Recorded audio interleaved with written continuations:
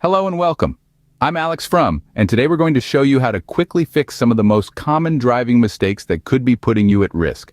Let's get started. First up, blind spots. Every car has them, and not checking them is one of the top reasons for accidents on the road. Always turn your head to check your blind spot before changing lanes. Your mirrors can't catch everything.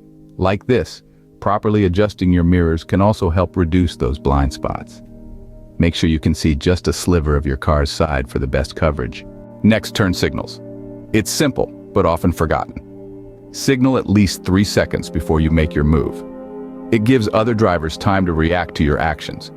Braking too hard is not only uncomfortable, but can also be dangerous, especially in wet conditions. Always try to apply your brakes smoothly and gradually.